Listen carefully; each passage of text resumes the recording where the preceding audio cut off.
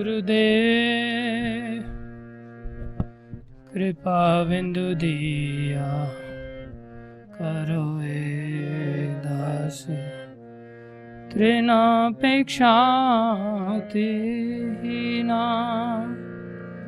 गुरुदेव कृपा बिंदु दिया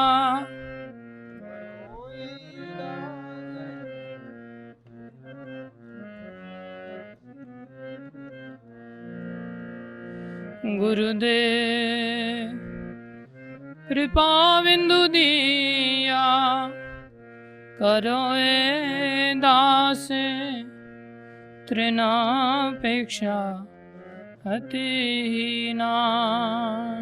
गुरुदेव कृपा बिंदु दिया करो दास तृणापेक्षा अतिहीना। सकल सहाने बल दिया करो सकल सहाने बल दिया करो निज माने स्पृहहीन निज माने स्पृहहीन हे निज माने स्पृहहीना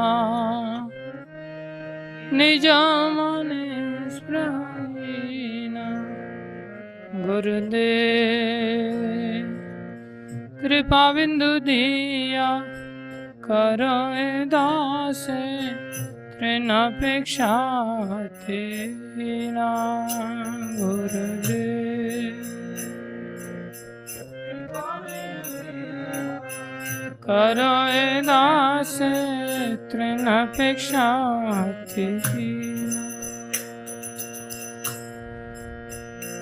गुरुदेव कृपा बिंदु दिया करो दास तृणापेक्षाहीना। गुरुदेव कृपा बिंदु दिया करो दास तृणापेक्षाहीना।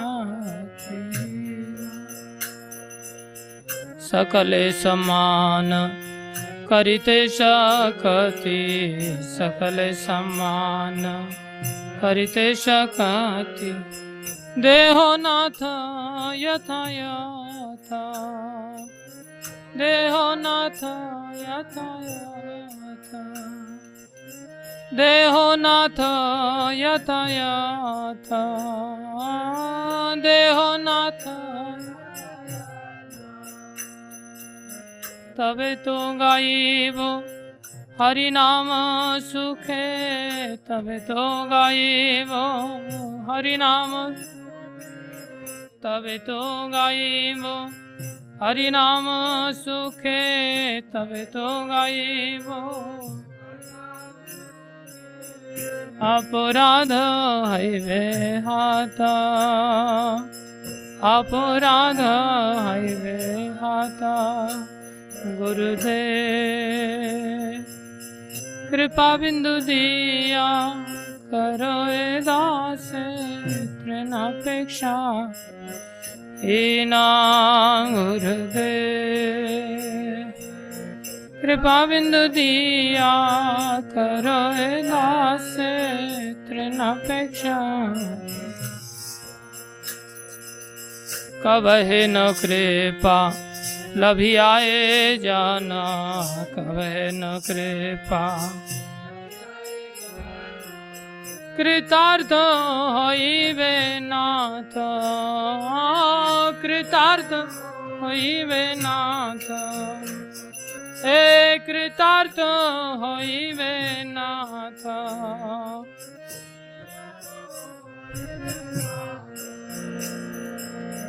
शक्ति बुद्धिहीना आमी अति दीना शक्ति बुद्धिहीना आमी अति दीना शक्ति बुद्धिहीना आमी अति दीना शक्ति बुद्धिहीना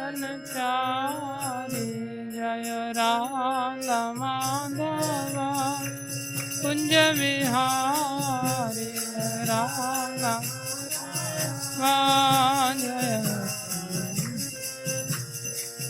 जय राधा माधव जय कुंज विहारी जय राधा जय कुंज विहारी। हरे कृष्णा कृष्णा कृष्णा हरे हरे हरे राम राम हरे हरे हरे कृष्णा कृष्णा हरे हरे हरे राम राम हरे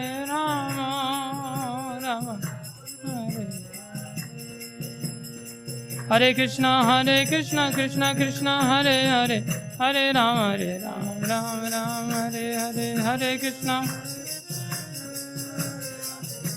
राम राम हरे हरे हरे कृष्णा कृष्णा हरे हरे हरे राम राम हरे हरे हरे राम राम हरे कृष्णा कृष्णा हरे हरे हरे राम राम हरे हरे हरे राम राम हरे हरे कृष्णा हरे हरे हरे राम हरे हरे कृष्णा हरे हरे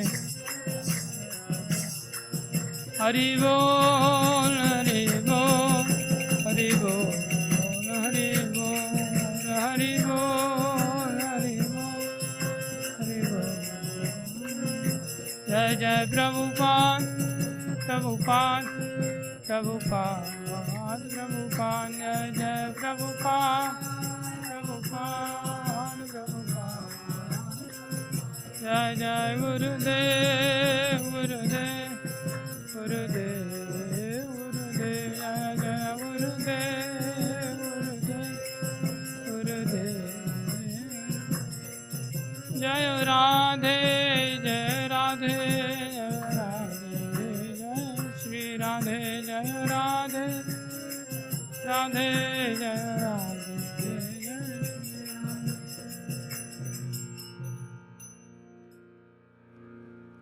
बोलो हरिनाम संकीर्तन महायज्ञ की जय। हरे कृष्ण महामंत्र की जय। श्री श्री जगन्नाथ बलदेव सुभद्रा माता सुदर्शन जी महाराज की जय। श्री श्री गौर निताई पंच तत्व की जय। श्री श्री प्रहलाद नरसिंह देव भगवान की जय। श्री श्री षडगो स्वामी गण की जय। शिला गुरु परंपरा की जय। जगत गुरु शिला प्रभुपाद की जय। श्री गुरु महाराज की जय। अनंत कोटि वैष्णव वृंद की जय।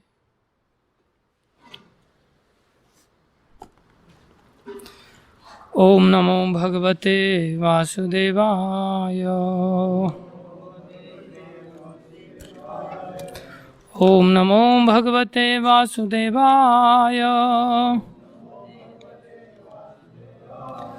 ओम नमो भगवते वासुदेवाय।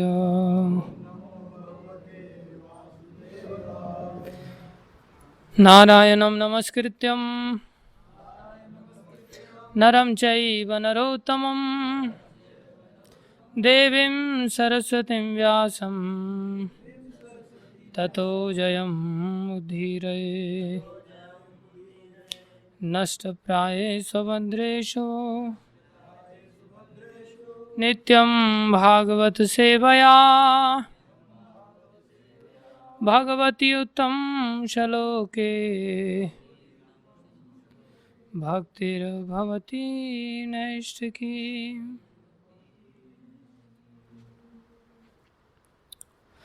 ओम ज्ञानतिमिरन्धस्य ज्ञानाञ्जनशलाकया चक्षुरुन्मीलितं येन तस्मै श्रीगुरुवे नमः।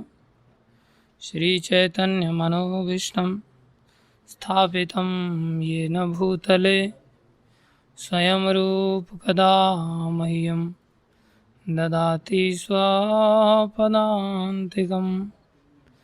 वन्देऽहं श्रीगुरो श्रीयुतापदकमलं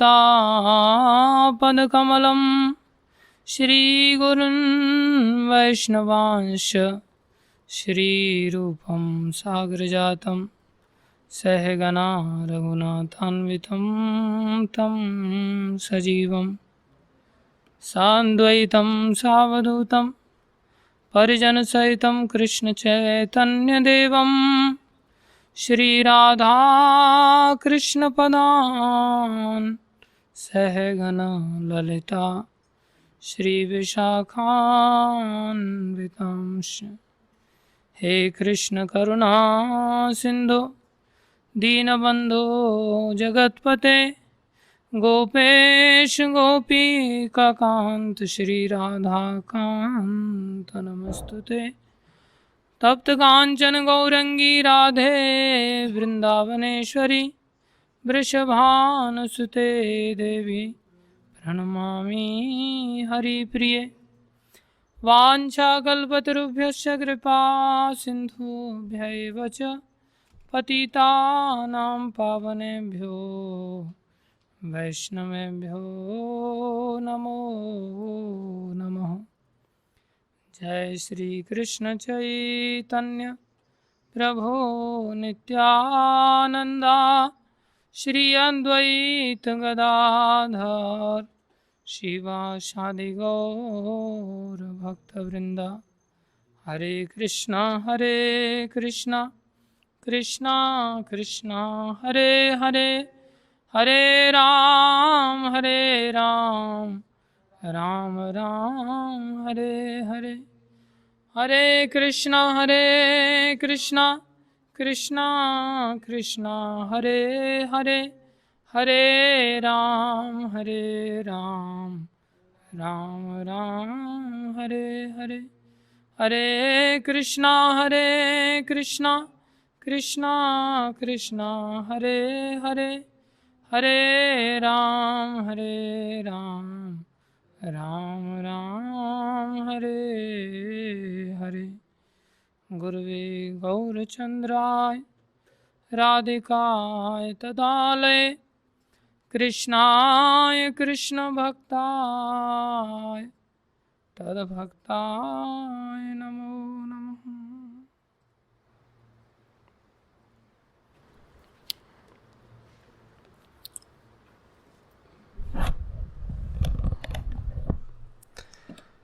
हरे कृष्णा। आप सभी भक्तों का हार्दिक स्वागत है। गुरु वैष्णवों की दया से जो कुछ भी कहें कृपा करके ध्यान से सुनिए। षड गोस्वामी का चरित्र का ये सत्र चल रहा है, जिसमें कल श्रील रूप गोस्वामी प्रभुपाद के बारे में चर्चा हुई कई दिनों से।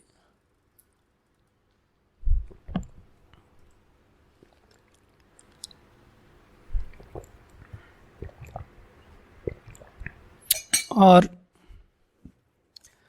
देखा कैसे उन्होंने इतना बड़ा त्याग किया जो कि एक भक्त ही कर सकता है।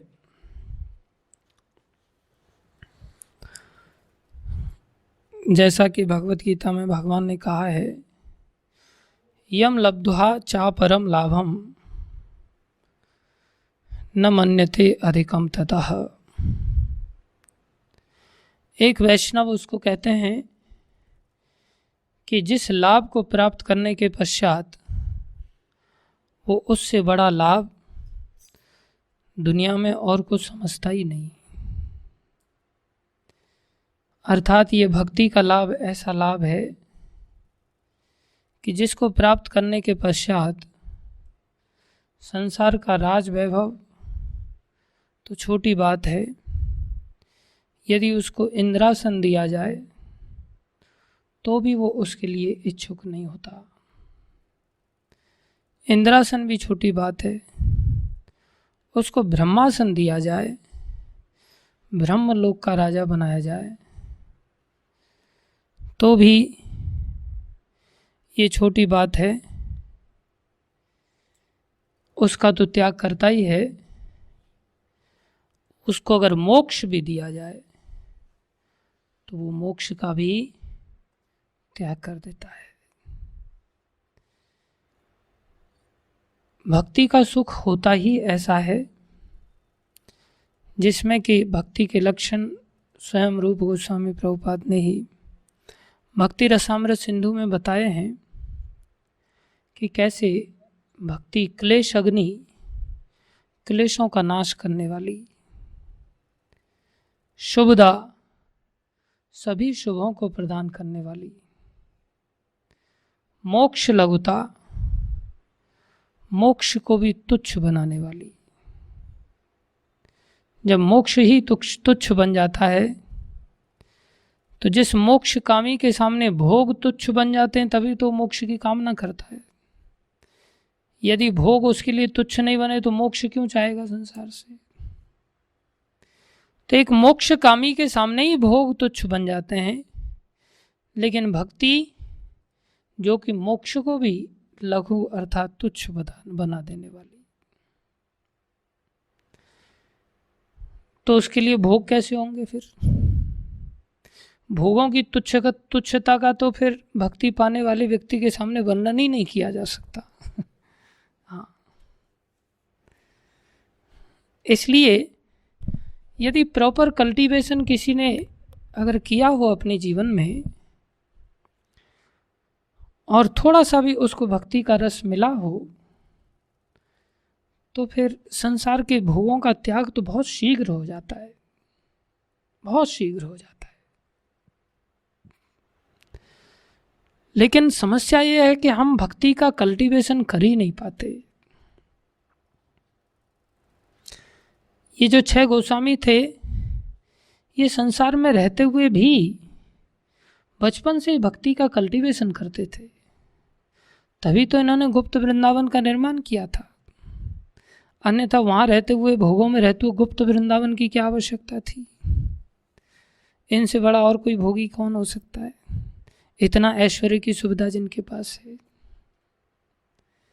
इसलिए भोगों को तुच्छ बनाने में भक्ति को देर नहीं लगती यदि वास्तव में भक्ति का कल्टीवेशन किया जाए। भक्ति इतनी सशक्त है, एक दिन भी अगर भक्ति की जाए उसी दिन आपको भोगों से विरत कर देगी। एक दिन भी भक्ति की जाए, एक दिन की ही संतुष्टि ऐसी अधिक होगी कि आपके सामने भोग नाचते रहेंगे लेकिन आपका मन उनमें नहीं जाएगा। जिस मन को अर्जुन ने इम्प्रैक्टिकल कह दिया कंट्रोल करना, बोले ये प्रैक्टिकल है ही नहीं, लेकिन ये भक्ति इतनी आनंदमयी कि ये समस्त भोगों को इतना तुच्छ बना देती है कि जिसको वर्णित नहीं किया जा सकता। इसलिए भक्ति का कल्टीवेशन एक प्रधान आवश्यकता है। फिर उसको त्याग के लिए कहना नहीं पड़ता, स्वयं में भी त्याग हो जाता है। कैसा त्याग किया, कैसा त्याग किया, वमनवत। कैसा त्याग किया, वमन माने उल्टी की तरह त्याग दिया। संसार के भोगों को उल्टी की तरह त्याग देना कैसी विचित्र बात है। संसार के भोगों को मल की तरह त्याग देना, कहना नहीं पड़ता त्यागने के लिए, ऐसा हो जाता है। ये सर्वश्रेष्ठ त्याग है। त्याग तो हम लोग भी करते हैं, लेकिन हमारे त्याग में और इस त्याग में बहुत बड़ा अंतर होता है। 3 प्रकार के त्याग बताए जाते हैं। एक है स्पृहा युक्त, स्पृहा युक्त विशिष्ट वस्तु का त्याग। कैसा, स्पृहा युक्त विशिष्ट वस्तु का त्याग। वस्तु कोई विशिष्ट है और अपने अंदर उसको पाने की अंदर इच्छा है, लेकिन किन्हीं कारणों से इच्छा होते हुए भी हम उसका क्या कर रहे हैं, त्याग कर रहे हैं। जैसे अभी हम उदाहरण के लिए व्यास आसन पे बैठे हैं और कोई कथा में चढ़ाने वाला व्यक्ति कुछ रसगुल्ला ला करके चढ़ा दे, तो वस्तु कैसी है, वो विशिष्ट है, बढ़िया चीज है। अंदर से इच्छा युक्त है कि अयुक्त है, युक्त है, इच्छा है, लेकिन पता है इतने सारे लोग देख रहे हैं, कुछ ऑनलाइन भी देख रहे हैं, और लोग कहेंगे फिर ओ देखो महाराज को इतना भी सब्र नहीं है, यहीं से उठा करके अगर खाना चालू कर दिया और फिर पीछे बोला जाए आप लोग बैठो 2 मिनट के लिए हरे कृष्ण महामंत्र जप करो, मैं थोड़ा सा इसको पा लेता हूँ तो ये त्याग नहीं है, लेकिन त्याग किया किसी विशेषता के कारण। एक बार मैं ऐसे ही कथा ले रहा था तो ऑनलाइन चल रहा था, मेरे को पता नहीं था कितने लोग देख रहे हैं, तो मैंने भक्तों को एक डब्बा व्यक्ति ला करके दिया। 2-4 दिन पहले की बात है, शायद 8 दिन हो गए होंगे, हो सकता है। एक व्यक्ति डब्बा लेकर के मैंने दे दिया, तो मैंने फिर एक लड्डू उसमें से सबको बांटने के बाद हाँ, सबको बांटने के बाद आधा सा लड्डू मैंने भी खा लिया। तो जैसे ही खा लिया तो एक भक्त आकर के कहते प्रभु जी, मैंने हाँ कुछ लोग ऑनलाइन देख रहे हैं कुछ लोग ऑनलाइन देख रहे हैं। अच्छा ऑनलाइन देख रहे हैं तो ठीक है भाई, डब्बा ले जाओ फिर डब्बा बंद करके देना पड़ा। तो इसको कहते हैं स्पृहा युक्त, अंदर से इच्छा है। कोई व्यक्ति ने धन चढ़ाया और उठ करके प्रणाम करके भागवत को या ग्रंथों को प्रणाम करके चल पड़े। धन कैसा है, 2000 का 2100 का नोट चढ़ाया। धन कैसा है, स्थित विशिष्ट वस्तु है, इच्छा युक्त वस्तु है हमारी। एक ध्यान उधर ही है, लेकिन उठेंगे तो ऐसे उठेंगे जैसे बिल्कुल ध्यान ही नहीं, बिल्कुल 2000 के नोट की ओर। और कई बार बच्चे भी बैठे रहते हैं तो अंदर एक दिमाग वहीं रहे, कहीं कोई बच्चा हाथ मार करके इस नोट को ले गया तो बहुत बड़ा घाटा हो जाएगा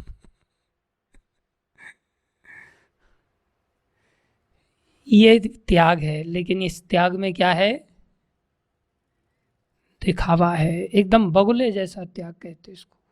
बगुला एकदम से एक टांग पे खड़ा होकर के बिल्कुल तपस्या की मुद्रा में रहता है, लेकिन इच्छा रहती है उसकी मछलियों को पाने की। जैसे ही मछली आ जाती है फटाक से मार देता है। लेकिन एक भक्त एकांत में मारता है, सामने सबके नहीं मारता। अभी कोई सुंदर सी स्त्री आ जाए तो बिल्कुल आंख बंद करके कीर्तन करेंगे, फिर दिखाने के लिए विचार करेंगे कोई ऐसी ट्यून आए दिमाग में जो आज प्रभावित कर दे आखिरकार, क्योंकि वो विशिष्ट वस्तु है, लेकिन स्पृहा भी है, लेकिन समाज के सामने सीधा सीधा नहीं। आपको कोई प्रश्न है तो मेरा व्हाट्सएप नंबर ले लीजिए, आपका मेरे को दे दीजिए, फिर रात को मैसेज करेंगे, ऊपर से प्रश्न उत्तर का चर्चा का बहाना बनाएंगे। क्यों भैया, गलत कह रहा हूं मैं? सही बात है। तो ये स्पृहा युक्त त्याग है। ये त्याग अंततः गिरा देता है कई बार। एक होता है स्पृहाहीन विशिष्ट वस्तु का त्याग। क्या? स्पृहाहीन विशिष्ट वस्तु का त्याग, अर्थात अंदर क्या है, अंदर क्या है, स्पृहा है नहीं, स्पृहाहीन है, इच्छा नहीं है। लेकिन फिर वो विशिष्ट वस्तु कैसे नजर आई? वस्तु विशिष्ट कैसे नजर आई?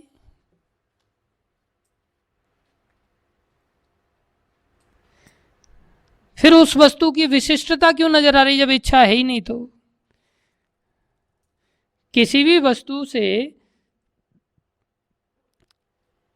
ये परिचित होना कि ये वस्तु अच्छी है या वस्तु बुरी है, ये किसके आधार पर होता है? इच्छा के आधार पर। इच्छा के आधार पर पता चलता है ये वस्तु अच्छी है जिसे हम चाहते हैं, इच्छा के आधार पर पता चलता है ये वस्तु ठीक नहीं है क्यों हम चाहते नहीं। तो स्पृहाहीन विशिष्ट वस्तु त्याग, तो वस्तु की विशिष्टता का कैसे पता चला फिर? हाँ, हमारे संबंधी कुछ लोग हैं जिनके लिए ये बड़ी काम की वस्तु है, अपने लिए हो सकता है ना हो। जैसे डब्बा आया, हाँ हम इतने ऊपर उठ गए बाई चांस कृष्ण कृपा से, वैष्णव कृपा से, कि अपनी इच्छा नहीं हो उस डब्बे को लेकर के, लेकिन दूसरा व्यक्ति आपके सामने आकर, प्रभु जी इस डब्बे को ले जाऊं, मैं खा लूं इसमें से। तो पहले वाली स्थिति में अगर वो डब्बे को ले जाए और आप व्यासासन पे बैठे हुए हैं और आपके सामने कई सारे भक्तों के सामने, प्रभु जी ले लूं क्या, मेरे को बहुत भूख लगी है, ले लूं क्या? तो आप उस समय क्या कहोगे? ले लो भैया, एकदम ऐसा दिखाओगे बहुत त्यागी हैं आप, और आपकी आंखों के सामने वो एक एक ग्रास ले रहा होगा और आपको अंदर से एक एक ग्रास पर एकदम खून खोल रहा होगा, आपका सारा ही खा जाएगा। जैसे कई बार कमरे में फल रखे रहते हैं, कोई भक्त आता है, प्रभु जी ले लूं क्या ये आम? आप कहते हैं तो ले लूं क्या? हाँ ले लो ले लो ले लो। या नमकीन रखी हो या कोई दूसरा आइटम रखो, प्रभु जी ले लूं क्या मैं? हाँ ले लो।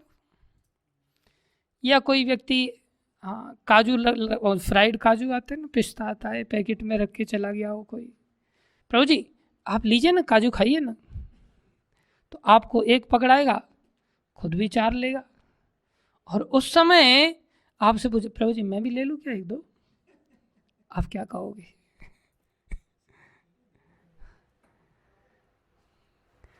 उस समय क्या हालत होती है? यार मेरे लिए लाके दिया और इसको इतना भी अकल नहीं है, मेरे भी हिस्से के, मैं तो 2-4 ही खाए, एक बाद में देखा दोबारा पैकेट उठाए तो पैकेट ही गायब हो गई, खाली हो गई पूरी की पूरी। तो उस समय हम त्याग करने के लिए विवश होते हैं, लेकिन ये त्याग कैसा है? स्पृहा युक्त है। दूसरा, स्पृहाहीन विशिष्ट वस्तु है। विशिष्ट मतलब हमें दिख रहा है यार ये प्रसाद का डब्बा है। स्पृहाहीन तो पहले होना ही बहुत कठिन है, अगर कोई हो भी तो मजबूरी में भले हो, जिसको डायबिटीज हो जाए, जैसे मैं आपके सामने बैठा हूँ, बहुत मीठा चीनी का बेसन के लड्डू का डब्बा आया और स्पृहाहीन है, नहीं खाना भाई शुगर बढ़ाएगा, लेकिन कोई दूसरे को भी खाने नहीं देना, क्या सोच के? यार ये डब्बा उस गृहस्थी को देंगे जो पैसे वाला है, जो सहयोग करता है, और उससे कुछ दक्षिणा मिल जाएगी, तो दक्षिणा मंदिर के काम आएगी या अपने काम आएगी या कल्याणार्थ कोई काम होगा। ये लोग तो वैसे भी पचा करके ऐसे टॉयलेट में जा करके निकालने वाले हैं, इससे अच्छा इसको उस व्यक्ति विशेष के लिए रखा रहने दो, चाहे वो 3 दिन तक खराब हो जाए फिर, लेकिन फिर भी त्याग तो है। विशिष्ट वस्तु क्यों दिख रही है? क्योंकि वो वस्तु उस व्यक्ति विशेष के लिए है। हमारी स्पृहाहीनता है, लेकिन व्यक्ति विशेष के लिए हमने जोड़ के रखा है। ये त्याग भी त्याग है, लेकिन पहले से श्रेष्ठ है। एक त्याग इसको कहते हैं जिसको कि उदासीनवत त्याग। कैसा त्याग? उदासीनवत, जिसमें आपको वस्तु की विशेषता क्या है इसका ही कोई भान ना हो। कौन सी वस्तु विशेष है, कौन सी वस्तु हीन है, आपको कोई फर्क ही ना पड़े। कौन चढ़ाया, कौन उठाया, किसको दिया, किसको नहीं दिया, किसको प्राप्त हुआ, किसको नहीं हुआ, आपको कोई चिंता ही नहीं। उदासीनवत त्याग इसको कहते हैं। आप के सामने कोई वस्तु है जिसमें कि आपकी व्यक्तिगत इच्छा भी नहीं है, आप किसी व्यक्ति विशेष को लेकर के भी इच्छा नहीं रख रहे हो, आपके सामने वो वस्तु एक जड़ वस्तु की तरह है, आपका उसमें लगाव ही नहीं है, ऐसा उदासीन व त्याग तभी संभव है जिसको कि कहते हैं परम दृष्ट्वा निवर्तते। जब आपने कभी परम सुख की प्राप्ति की हो या श्रेष्ठ सुख की प्राप्ति की हो या दिव्य सुख की प्राप्ति की हो, तभी आप ऐसा उदासीनवत त्याग कर सकते हो। इस स्तर पर आने वाले व्यक्ति का त्याग ऐसा श्रेष्ठ त्याग होता है कि वो फिर कभी संसार में नहीं गिरता। पहले वाला जो त्याग है उसमें प्रायः गिरने की संभावना अधिक है, उससे कम दूसरे वाले त्याग में है, उससे कम तीसरे वाले त्याग में है। ये तीसरा त्याग बिना भगवत भक्ति के आस्वादन के नहीं हो सकता। ऐसा त्याग जब कोई करता है उसको वमनवत त्याग कहते हैं। कैसा? वमनवत। आप उल्टी के प्रति उदासीन रहते हो। कैसे रहते हो? उदासीन, कोई रुचि नहीं, हाँ, कोई रुचि नहीं, त्याग दिया। ऐसा त्याग ये 6 गोस्वामियों ने किया। और ध्यान दो, हमें त्याग करने का मौका भगवान श्री कृष्ण सब जीवों को देते हैं। कोई जीव ऐसा नहीं जिसको कि त्याग का अवसर ना दें। सबके सामने त्याग का ऐसा अवसर आता है कि उसके सामने कुछ न कुछ ऐसी परिस्थितियों का निर्माण अपने आप होता है जिससे को संसार के इन विषय वस्तुओं का त्याग का स्टेप उठा सके, त्याग कर सके। जैसे हमने रूप गोस्वामी के जीवन की घटना बताया, उनके अंदर त्याग के विचार कहाँ से आए? कहाँ से आया था?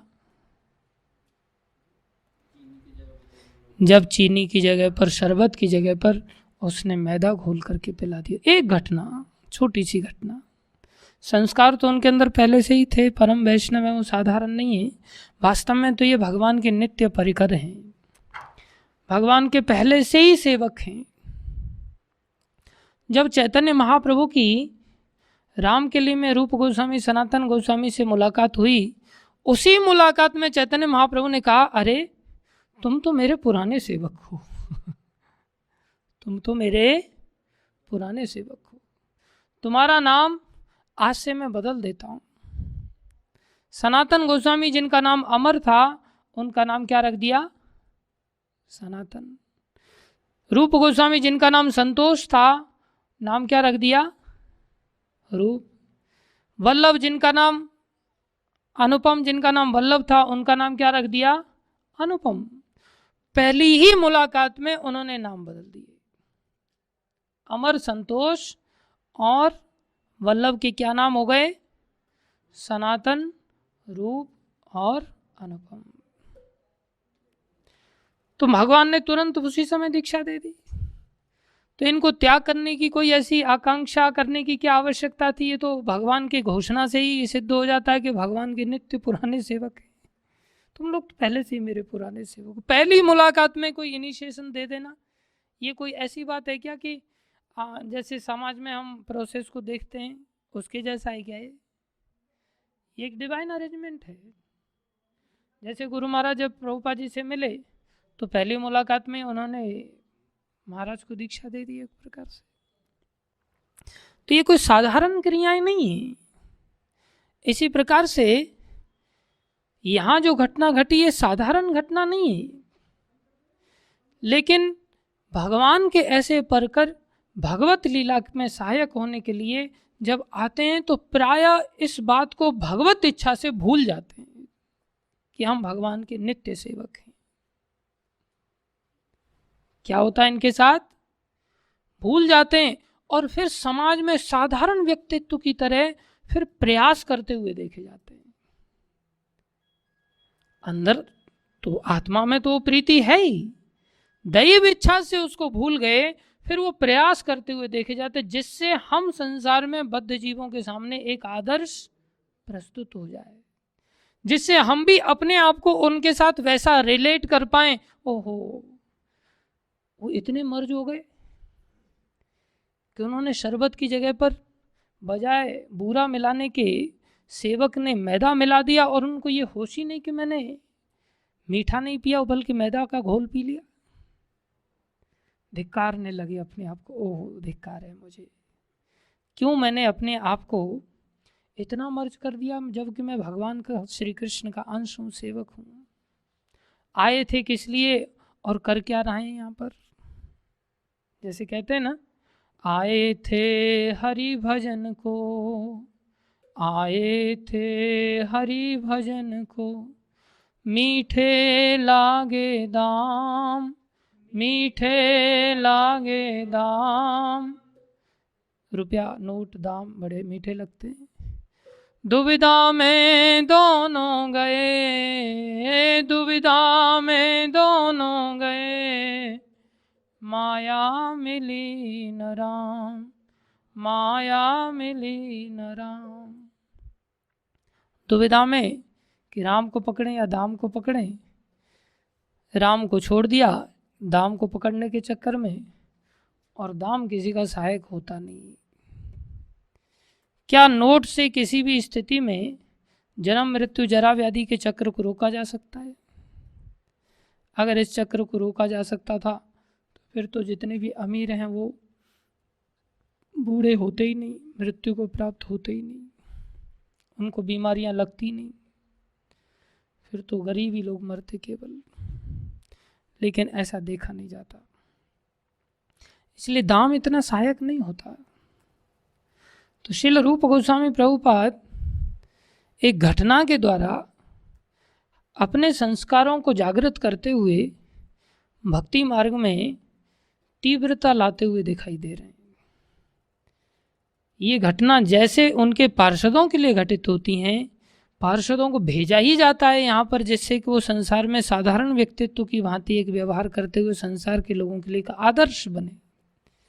तो संसार में भी प्रत्येक व्यक्ति के साथ ऐसी घटना घटित होती है, जिस घटना के कारण उसके अंदर वैराग्य के ऐसे संस्कार जागें, जिससे वो इस त्याग के रास्ते पर, भक्ति के रास्ते पर सोच सके, निकल पाए।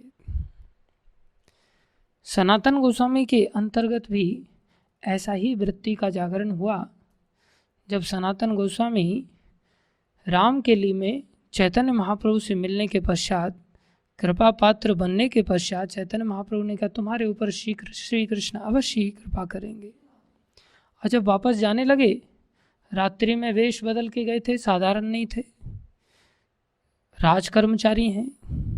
राजकर्मचारी में राजाई की तरह ही उनका वैभव है, प्राइम मिनिस्टर हैं, फाइनेंस मिनिस्टर हैं।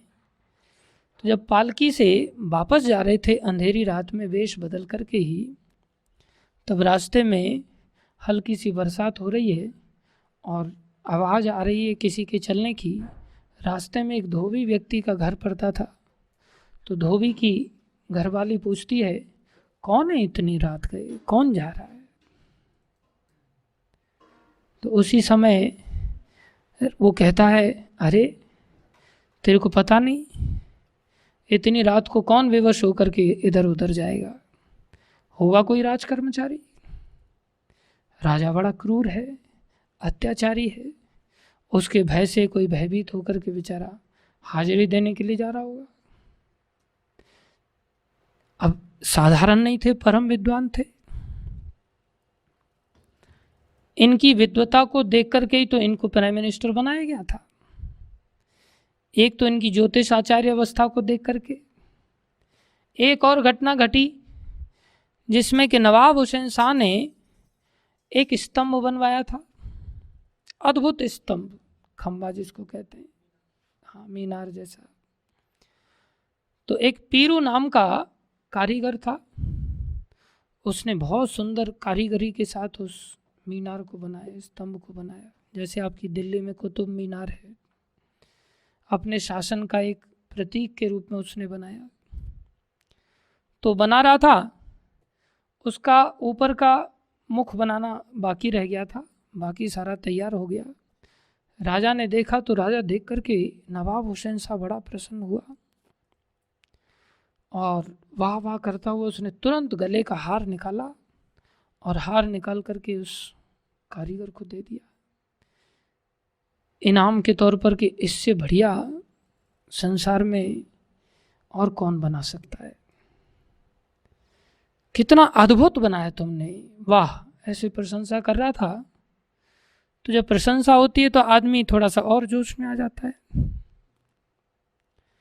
तो उसने सोचा कि इसने बहुत मेहनत करके मेरे लिए ही ऐसा अद्भुत बनाया है। तो जैसे ही हार दिया, हार पा करके, महाराज मेरे को पहले आप कहते तो मैं और इससे भी अच्छा बनाना आता है मेरे को। तो आदमी अपनी प्रतिष्ठा को थोड़ा सा दिखावा करता है ना, मैं तो इससे भी अच्छा बना सकता था। ओहो, इसका मतलब तूने पहले अच्छा नहीं बनाया, सबसे अच्छा नहीं बनाया तूने। राजा का दिमाग घूम गया। विशेष रूप से राजा, स्त्री, बालक और मूर्ख, ये चार लोग इतने चंचल वृत्ति के होते हैं कि ये कौन से समय में कैसा व्यवहार करेंगे आप प्रेडिक्ट नहीं कर सकते। किस समय में राजा का दिमाग घूमे, किस समय में बालक का दिमाग घूम जाए, किस समय में स्त्री का दिमाग घूम जाए, किस समय में एक मूर्ख व्यवहार करे, किस तरह का आप नहीं भरोसा कर सकते। इसलिए इन चार लोगों पे कभी भरोसा नहीं करना चाहिए। रावण ने रामायण में लंका कांड में 8 दोष बताए स्त्रियों के अंदर। उनमें से ये जो चंचलता है इनके अंदर विशेष रूप से पाई जाती है। कभी इधर कभी उधर, कभी ये चाहिए कभी वो चाहिए। ऐसे ही एक बालक के अंदर होता है, बहुत चंचल वृत्ति पाई जाती है। एक बार बीरबल लेट हो गया तो अकबर कहता बीरबल इतने लेट क्यों हो गए। महाराज वो साधारण नहीं था, मुख्यमंत्री की तरह उसको भी काफ़ी सम्मान दिया जाता था, तो सलाहकार था वो। बोले महाराज थोड़ा बच्चों के कारण। अरे बच्चों के कारण तुम इतने बड़े पद पर तुमको रखा गया है, बच्चों को क्या है, बच्चों को जो चाहिए दे देने का। बोले नहीं महाराज, बच्चों को हैंडल करना इतना आसान नहीं होता। अरे इसमें कौन सी बड़ी बात है। तो बोले आप मेरे को हैंडल करके दिखा दो, अगर बड़ी बात नहीं है तो। क्या मतलब, मैं बच्चा बन जाता हूँ, मेरी डिमांड पूरी करके दिखाओ। तो बीरबल ने रोना चालू कर दिया, नाटक करते। बोले क्यों रो रहे हो। बोले मेरे को गन्ना चाहिए। तुरंत सैनिक दौड़ा दिए, जाओ भाई खेत से गन्ना लेकर के आओ। गन्ने आ गए टूट करके। देखते ही बच्चा खुश हो गया, खुश हंस रहा है। हंसते हंसते हंसते एकदम से फिर रोना चालू कर दिया उसने। अब क्या हुआ। बोले अब ये गन्ने तोड़ करके दे दो, छील करके दे दो। गन्ने फटाक से छील दिए गए। फिर खुश हो गया, गन्ना छिल गया। बोले अब बोले इसके टुकड़े करके दो। टुकड़े कर दिए, ले बेटा, क्योंकि उसने जिद की थी संतुष्ट करने की। फिर वो रोने लग गया। बोले अब क्यों रो रहे हो। बोले इसको जोड़ दो, अभी पहले जैसा बनाओ। तो पहले जैसा फिर से उसको दूसरा गन्ना पकड़ाया गया एक प्रकार से। फिर रोना चालू कर दिया। अब क्यों रो रहे। बोले कुल्ली चाहिए मेरे को। तो कुल्लड़ ला दिया गया उसके लिए। फिर रोना चालू कर दिया, थोड़ी देर खुश हो गया। अब क्या चाहिए। बोले मेरे को ऊंट चाहिए। ऊंट ला दिया गया तुरंत। अब क्यों रो रहे। बोले इस ऊंट को कुल्लड़ में घुसा दो। अब कैसे घुसाए। रोना ही चालू रखा फिर उसने। बोले महाराज देखा आपने, संतुष्ट नहीं कर सकते बच्चों में, इसलिए कह रहा था। हाथ जोड़ लिया उसने। तो इन लोगों को संतुष्ट करना बहुत ही कठिन है, लेकिन प्राय व्यक्ति इनके आगे पीछे घूमता रहता है। विशेष रूप से कलयुग में हर जीव स्त्री की संतुष्टि में लगा रहता है, जो कि बहुत कठिन होता है। या कोई राजा धनवान व्यक्ति आ जाए तो उसकी चापलूसी करने लगता है, उसके आगे पीछे, चाहे फिर आरती छूट जाए, कथा छूट जाए, कीर्तन छूट जाए, सेठ से पैसा निकल जाएगा, थोड़ा स्पृहाहीन त्याग में काम आएगा। विशिष्ट वस्तु है ना। खैर, तो सनातन गोस्वामी जब इसने देखा पीरू ने, तो राजा को बड़ा क्रोध आ गया। राजा ने तुरंत सर कलम कर दो, इसने धोखा किया हमारे साथ। तुरंत बेचारे की हत्या कर दी गई उसकी। कहां तो हार दिया जा रहा था, अरे इससे अच्छा भी बना सकते थे तुम बनाया क्यों नहीं तुमने, सर कलम कर दिया। इसे मूढ़ी राजा कहते हैं। क्या कर सकते हैं। एक दिन एक सैनिक को कहा, भीमा नाम का सैनिक था, भीमा वो स्तंभ देख के आओ, जाओ स्तंभ को देखो जरा। अब भीमा चला गया, स्तंभ को देख के आकर के बोलेगा क्या। कारीगर तो मर गया। अब स्तंभ का देखना क्या है। स्तंभ का देखने का भाव तो ये था कि अब उसको समझ ही नहीं आ रहा करना क्या है। अब इसमें स्तंभ को देख के आके बता दे, देख के आगे तो फिर क्या बुद्धि का तुमने लगाया, प्रयोग क्या किया। स्तंभ का ठीक हुआ कि नहीं, ऊपर का मुख जो बाकी था वो बना कि नहीं बना, उसका दिमाग ही काम नहीं कर रहा, वो सेंसलेस हो गया बेचारा। तो ये बड़ा अधीर हो गया, बोले आज तो मरना पक्का है, स्तंभ को देख के आओ बस। वहां देख करके नहीं आते वापस तो समस्या, आते हैं कुछ कर नहीं पाते तो समस्या, करें तो क्या करें। आखिरकार ये रूप सनातन अनुपम ये भाई बड़े प्रसिद्ध थे, इनके पास वो पहुंचा, मेरी बहुत बड़ी विपत्ति में मैं फंस गया हूँ, आप मेरी सहायता कीजिए। बोले क्या हुआ, मेरे को राजा ने ऐसा आदेश दिया, मेरे को समझ नहीं आ रहा है क्या किया जाए। तो उन्होंने बड़े योग्य कारीगरों को इकट्ठा करके उसके साथ भेज दिया, जाओ और जा कर के राजा को कहो हम कारीगर लेकर के आ गए, आपका आदेश होता हम इसको बना देते हैं सुंदर। तो लेकर के कारीगर पहुंच गया। राजा पूछा, मैंने तुम्हें कब कहा था कारीगर लाने के लिए। तो इसको लगा कि अब तलवार मेरे ऊपर लटकने वाली है ये तो मैंने गलत कर दिया बोले महाराज मैंने भी अपनी बुद्धि से नहीं लाया इनको,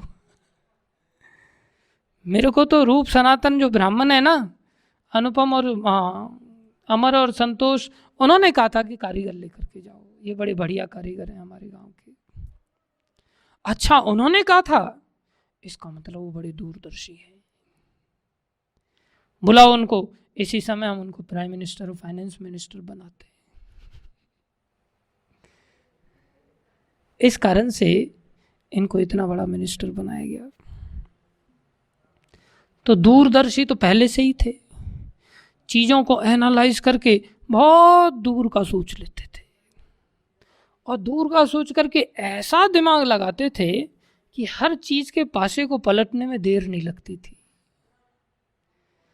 लेकिन जब रास्ते से उस धोबिन के वाक्य इनके कान में पड़े कि होगा कोई राज कर्मचारी, धिक्कारने लगे स्वयं को। धिक्कार है हमारे ऊपर, हमारे ब्राह्मणत्व पर धिक्कार है।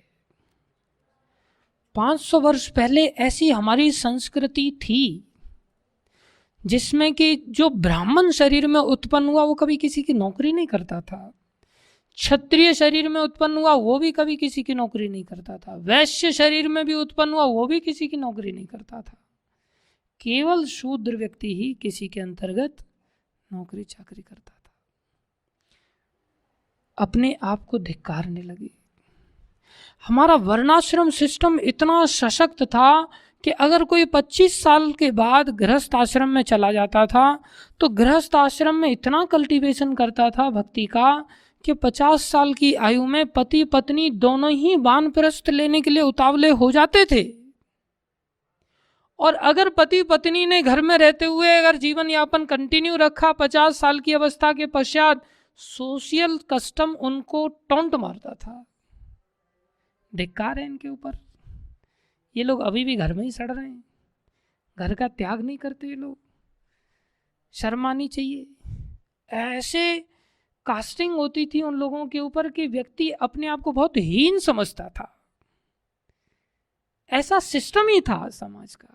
कितना ऊंचा दृष्टिकोण होगा विचार करो, जिसमें समाज का ही दबाव ऐसा था कि 50 साल की आयु में उससे ये अपेक्षा की जाती थी कि भाई तुम घर छोड़ देना चाहिए तुम्हें, क्योंकि एक दिन तो संसार वैसे ही छोड़ना है। और 25 साल तक भ्रमण करने के पश्चात 75 वर्ष की आयु में जाने के पश्चात उसका इतना तीव्र कल्टीवेशन हो जाना चाहिए था कि वो संन्यास ले सके। क्या कर सके? संन्यास। अगर कोई व्यक्ति संन्यास नहीं ले पाता था, ऐसी स्थिति में कस्टम ये था कि वो व्यक्ति स्वयं से ही चिता बना करके, चिता को स्वयं से ही जला करके उसमें प्रवेश कर जाता था। मेरे को धिक्कार है कि मैं संन्यास नहीं ले पा रहा हूँ, जीने से क्या लाभ। जैसे अर्जुन बार बार अग्नि समाधि के लिए प्रतिज्ञा ले लेते थे, ऐसे ही 75 वर्ष की अवस्था में अगर कोई संन्यास नहीं ले पाता था, तो उस अवस्था में वो अपने आप को दंडित करता था स्वयं से। मैं संन्यास नहीं ले पाया, क्या लाभ मेरे मनुष्य शरीर पाने का। मनुष्य शरीर में आकर के मैं अपना जीवन पूरा विषयों में ही बिता दिया। क्या कष्टम था उस समय का, विचार करने वाली बात है। और वो व्यक्ति त्यागी करके सन्यासी बन जाता था। इसलिए इन्होंने अपने मन में विचार किया, धिक्कार है मुझे, मैं अपने जीवन में एक धोबी के कहने पर भी समझ नहीं पा रहा हूं। अन्यथा हमारे जैसा कोई व्यक्ति होता तो बोला, धोबी होकर के तेरे को अकल है, मैं कौन हूं पता है तेरे को? राज कर्मचारी की ताकत पता है क्या होती? डाल दो इसको जेल में, अभी प्राइम मिनिस्टर हूं मैं। राज कर्मचारी बनना इतना आसान काम है क्या? आज का व्यक्ति इन्हीं सब चीजों को उपलब्धि मान करके चलता है। और इन्होंने उन शब्दों को इतना हृदयंगम किया और इतना दूर का सोचने लगे, अब हमें छोड़ देना चाहिए संसार। तुरंत वापस जाकर के ब्राह्मण नियुक्त कर दिए, नित्य प्रति भागवत का अध्ययन आरंभ कर दिया, रात दिन भागवतम का अध्ययन आरंभ कर दिया। भागवतम है ही ऐसा ग्रंथ जिसका परिणाम है नित्यम भागवत सेवया। इससे क्या होगा? नष्ट प्राय स्वभद्रेषु, आपके सारे अभद्र, आपके सारे पाप नष्ट हो जाएंगे केवल भागवत का आश्रय लेने से। ये पाप ही हैं जो हमें संसार की गंदगी में आसक्त करके रखते हैं। ये पाप के कारण ही संसार में हमें ये द्वैतताएं दिखाई देती हैं, ये अच्छा है, ये बुरा है, और भगवान में हमारी रुचि नहीं हो पाती। तो श्रील सनातन गोस्वामी प्रभुपाद ने भी अंततः त्याग किया, और हम सभी जानते हैं उन्होंने साफ मना कर दिया। ब्राह्मण लगा दिए नौकरी छुड़ाने के लिए।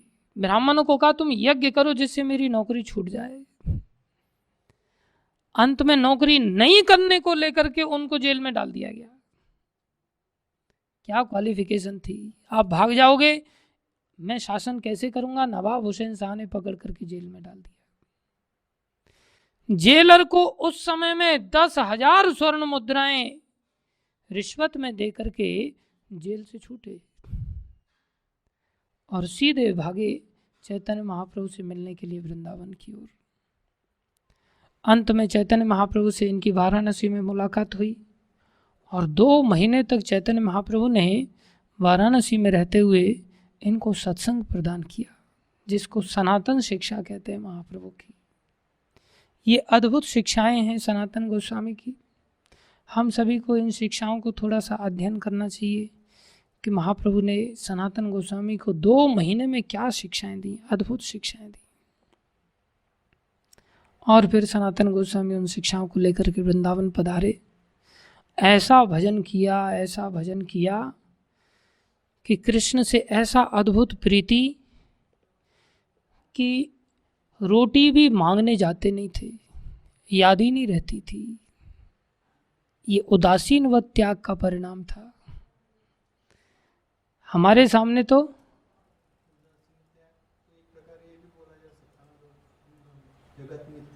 हाँ,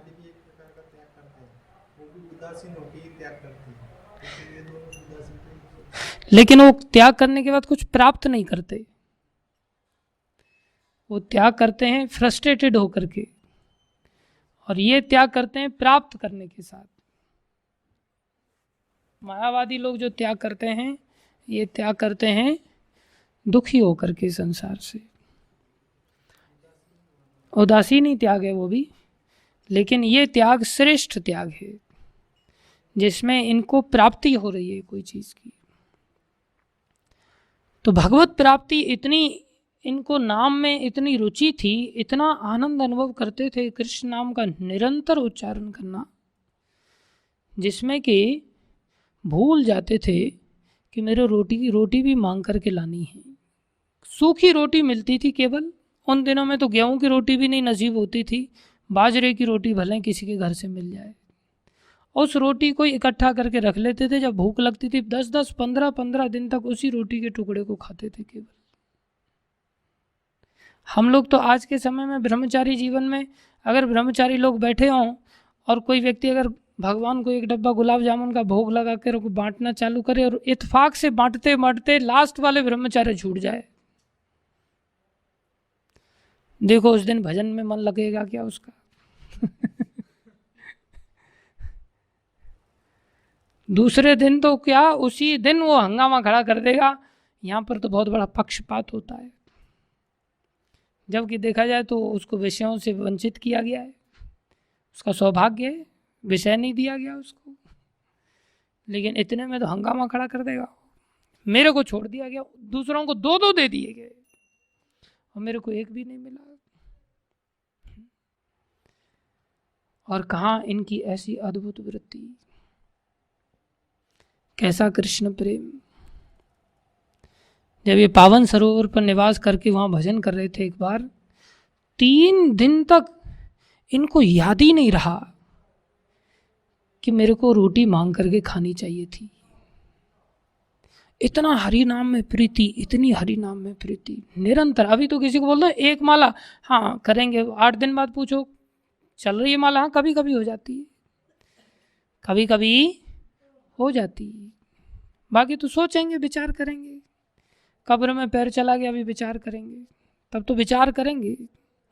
एक व्यक्ति 80-85 साल का महाराष्ट्र में जब हम थे मिला, हमने कहा थोड़ा भजन किया करो। मैं बहुत एक्सरसाइज करता हूँ, मैं स्वस्थ शरीर को अपना करना चाह रहा हूँ, मतलब 80-85 उम्र तो हो गई, अभी तक स्वस्थ ही नहीं हो रहे हैं आप, थोड़ा भजन किया करो। हाँ, वो कहता आता पाऊ, आता पाऊ, पाऊ मतलब अब देखता हूँ, विचार करूँगा।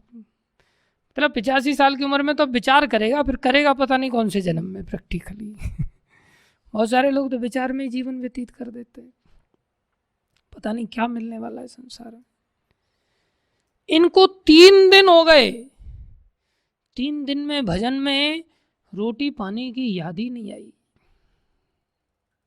लेकिन भगवान का भजन करने वाले व्यक्ति के लिए भगवान वचन देते हैं, अनन्य चिंतयन्तो माम, अनन्य चिंतयन्तो माम, अन्य किसी वस्तु का चिंतन ना करने वाले के लिए क्या करता हूं मैं, ये जना पर्युपासते, ये जना पर्युपासते, तेषां नित्यवियुक्तानां, तेषां नित्यवियुक्तानां योगक्षेमं वहाम्यहम्, योगक्षेमं वहाम्य, उसका योगक्षेम मैं स्वयं करता हूं। तो भगवान को चिंता होने लगी, अरे 3 दिन से इन्होंने कुछ खाया नहीं।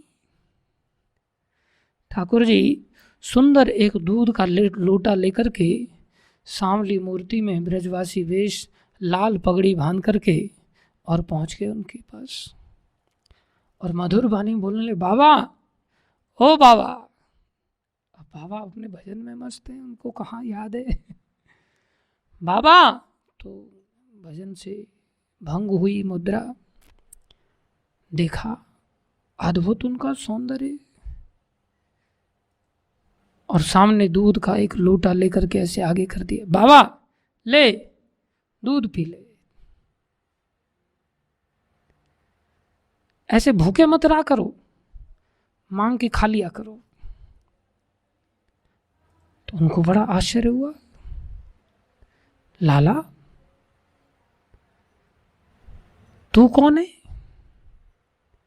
तेरे को कैसे पता चला? अरे हम यहाँ गाय चराने के लिए आते हैं, 3 दिन से तेरे को बैठा ही देख रहे हैं यहाँ पर माला लेकर के। इसलिए मेरी माँ ने कहा जा कर के इनको दूध दे के आ जाओ। तो ऐसे भूखे मत रहा करो, ब्रज में भूखा अच्छा नहीं रहता, भजन करो लेकिन मांग के खा लिया करो। तो किसका लड़का है? ठाकुर जी कह रहे हैं नंदू का। किसका? नंदू का। मेरे बाप का नाम नंदू है। अब ठाकुर जी बात तो सही सही बता रहे हैं लेकिन थोड़ा टेढ़ा उत्तर दे रहे हैं। नंद बाबा ना कह करके नंदू बोल रहे हैं। कितने भाई हो भाई तुम? बाबा हम 4 भाई हैं। ठाकुर जी ने थोड़ा और घुमा दिया, कहीं पता ना चल जाए 2 भाई बोलेंगे तो ये भक्त लोग बड़े चतुर होते हैं ना, जय कृष्ण भजे से ही बड़ो चतुर। वैसे ही ये लोग हर में हरि को देखते हैं। हाँ, तो हरि को पहचानने में इनको देर नहीं लगेगी, थोड़ा सा भी क्लू मिल जाए तो। जानबूझ के ठाकुर जी ने सही बोला, हालांकि उन्होंने बोले हम 4 भाई हैं। अब वो विग्रह वाले 4 भाई बता रहे हैं, हरिदेव, केशव देव, बलदेव, गोविंद देव, वो वाले 4 भाई बता रहे हैं। अच्छा, तो तेरे बाप का नाम नंदू, तुम 4 भाई, बड़े भाई का नाम क्या बोले? बल्लो। बड़े भाई का नाम क्या है? बल्लो। अब बलदेव नाम है तो सीधा ना बोल करके बल्लो नाम है। कौन को भैया? तू भैया? मैं बल्लो को भैया हूँ, छोटा भैया हूँ।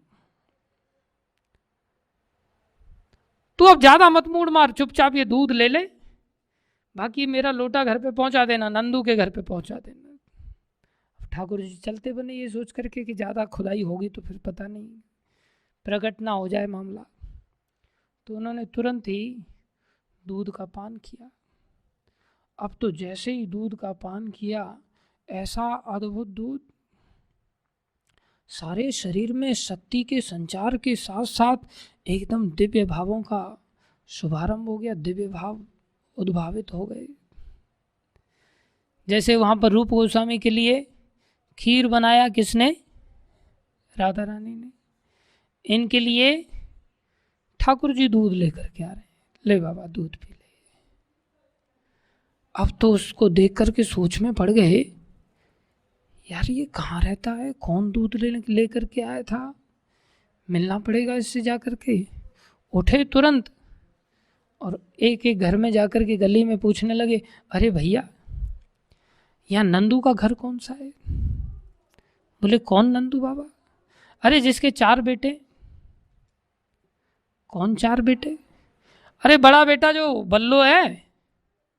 बोले बाबा यहाँ कोई बल्लो न नंदू, यहाँ कोई व्यक्ति नहीं है जिसकी 4 बेटे हों। तुम्हें पता नहीं है, ये लोटा देकर के आया, दूध लेकर के आया था मेरे लिए। एक एक घर में जाकर के सारे ब्रजवासियों से पूछ रहे हैं। ब्रजवासी सोच रहे बंगाली बाबा पागल हो गया है, बोले इसको कुछ ज़्यादा ही भजन कर लिया इसने, ज़्यादा भजन करने से दिमाग को भजन चढ़ गया इसका। इसलिए एक एक व्यक्ति से एक ही रट लगा रखी, बोले नंदू का घर कौन सा है, नंदू का घर कौन सा है। अरे यहाँ कोई नंदू बंदू नहीं रहता बाबा।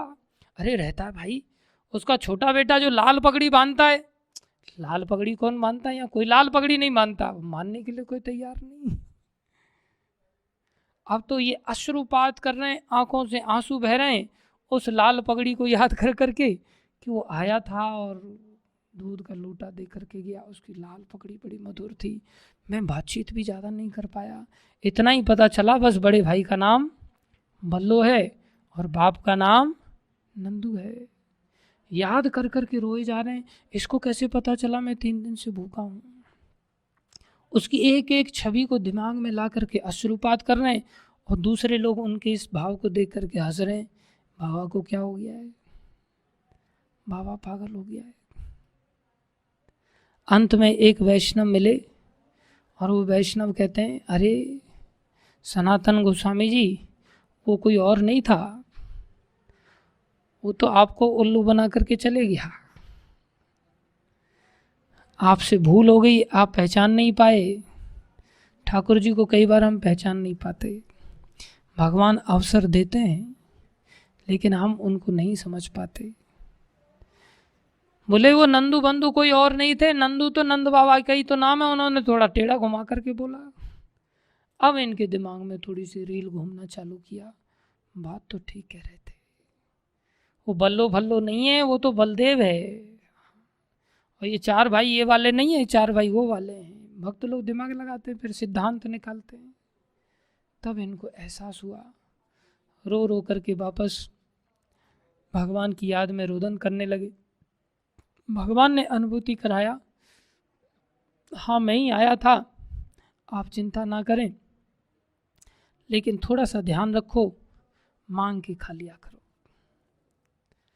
तब से इन्होंने नित्य प्रति मांग करके, कहीं ऐसा ना हो कि भगवान को हमारी सेवा करनी पड़े, तो ये लोग फिर मांग के खाते थे, भगवान को भोग लगाते थे, इस प्रकार से भजन करते थे। ऐसा अद्भुत त्याग था। इनकी बहुत सारी कथाएं हैं।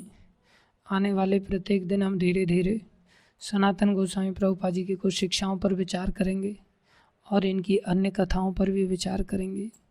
लेकिन हमें सीखना चाहिए, प्रत्येक दिन भोजन करते समय सीखना चाहिए कि हमें भगवान क्या नहीं दे रहे हैं। हाँ, हमें तो भिक्षा भी नहीं मांगनी पड़ रही है और कितने तरह तरह के व्यंजन नहीं मिल रहे हैं। किसी दिन दाल कम हो जाए तो हम टेंशन में, आज दाल है ही नहीं, आज तो केवल सब्जी से मूड मारना पड़ा, बोले सब्जी से खोपड़ी मारनी पड़ी। अरे सब्जी मिल रही है, छोटी बात है क्या? भक्ति मिल रही है साथ में, ये हमारे लिए सौभाग्य की बात है कि हमें भक्तों की संगति में रह करके भक्ति का एक अवसर मिल रहा है। हमारा गंदा अभ्यास है संसार में भोगों का। कल हमारा ये शरीर छूट जाएगा, कुत्ते के शरीर में हम चले जाएंगे, कौन सी हमें चावल मिलने वाले, कौन सी दाल मिलने वाली है, कौन सी सब्जी मिलने वाली है, कौन सा गरम रोटी या पराठे मिलने वाले। जिस दिन बढ़िया बढ़िया मिल जाता है उस दिन क्या खुशी, आज तो एकदम फ्राई बैंगन मिले, एकदम बैंगन के पकौड़े मिले, बांगे की भाजी मिली, पराठे मिले, पाव भाजी मिली। अरे ये सब चीज़ों को लेकर के अत्यधिक प्रसन्न होने की आकांक्षा नहीं होनी चाहिए।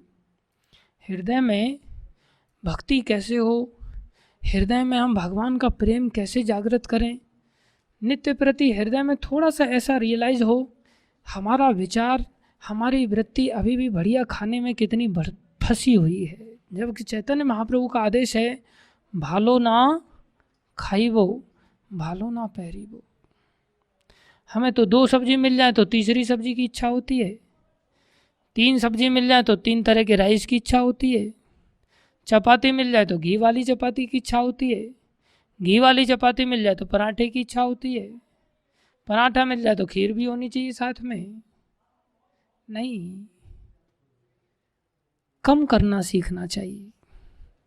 2 सब्जी है, 1 सब्जी बहुत है, सब्जी 1 है, दाल है, 1 दाल से ही खा लेना अच्छा है। पानी में डुबो डुबो करके इन आचार्यों ने भोजन किया है और हम भोजन के पीछे ही पागल रहते। सारा संसार सुबह से लेकर शाम तक यही दिमाग में रील घूमती रहती, सुबह क्या बनाएंगे, शाम को क्या बनाएंगे, सुबह क्या बनाएंगे, शाम को क्या बनाएंगे। अब यहाँ पक गए खाते खाते, बाहर क्या खाएंगे, कौन से होटल में खाएंगे, फिर बाहर पक गए तब घर पे ही खाएंगे, घर पे और बाहर दोनों जगह पक गए, चलो मंदिर में जाके खाएंगे। बस खाने के अतिरिक्त और कुछ दिमाग में आता ही नहीं। इसे शूकर वृत्ति कहते हैं, पशु वृत्ति कहते हैं। खाने के समय पे कैसे एकदम बिल्कुल हाजिर हो जाते हैं समय पर, बिल्कुल।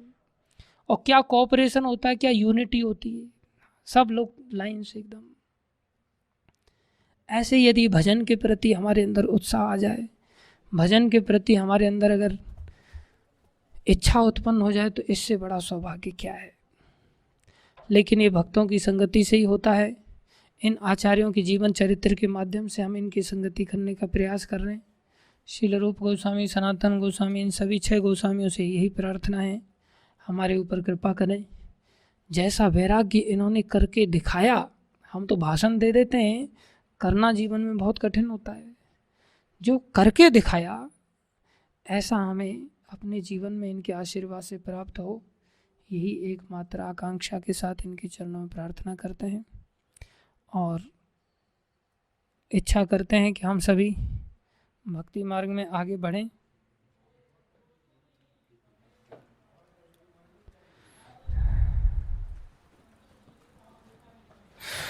आपकी इच्छा हो तो सभी भक्तों को ओके, तो सभी भक्तों का बहुत बहुत धन्यवाद सनातन गोस्वामी की इस कथा में भाग लेने के लिए। और जो भी भक्त लोग इंटरनेट से भी श्रवण कर रहे हैं, इन सभी का भी बहुत बहुत आभार। विशेष रूप से भजन रहस्य प्रभु हैं, अर्जुन दास प्रभु हैं, शरद शर्मा जी हैं। आप सब लोग अपना कैमरा भी ऑन कर सकते हैं, यदि आप लोग कर सकें तो मैं भी आपका दर्शन करना चाहूँगा। और थैंक यू भजन रहस्य प्रभु। और अर्जुन प्रभु का भी धन्यवाद, हरे कृष्णा। और तन्मय परिवार का भी बहुत बहुत धन्यवाद। शरद शर्मा जी का भी धन्यवाद। शरद प्रभु के वैसे तो दर्शन देहरादून में भी नहीं हो पा रहे हैं हमें। और मधुसखा प्रभु और सभी गोवर्धन वासियों का भी बहुत बहुत धन्यवाद। और दर्शन देने के लिए आप सबका बहुत बहुत आभार। पतित पावन गौर प्रभु ने भी चालू किया हुआ है। लीना माता का भी धन्यवाद। सीता माता जी का भी धन्यवाद। प्रेमवर्धिनी माता, अनिकेत प्रभु, शकुंतला माता, गौरांग प्रभु का भी, प्रीति माता जी का भी, आप सब लोगों का बहुत बहुत धन्यवाद। हरे कृष्णा। हाँ, प्रभु जी का भी, राजा राम प्रभु का भी दर्शन हुआ, अभी थोड़ी देर से ही हुआ। धन्यवाद। हरे कृष्णा। दर्श का भी खनक हाथ जोड़ करके प्रणाम कर रही है। हरे कृष्णा खनक। और रुचिका माता का भी धन्यवाद। हरे कृष्णा। प्रशांत पाटिल जी का भी धन्यवाद।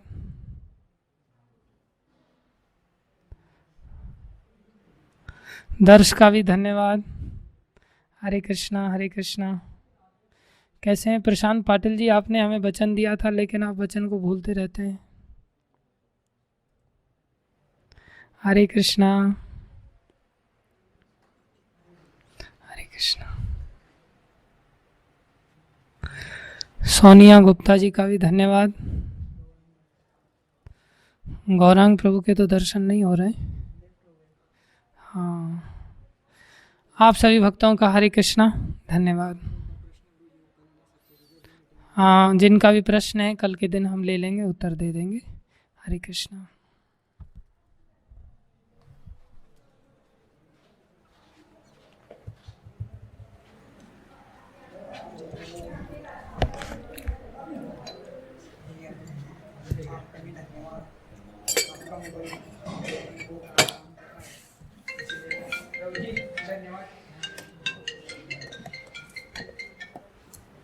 ये अच्छा, लोग एक बार नाम सुन लेते हैं ना तो फिर दूसरे दिन भी वो कनेक्ट होते हैं।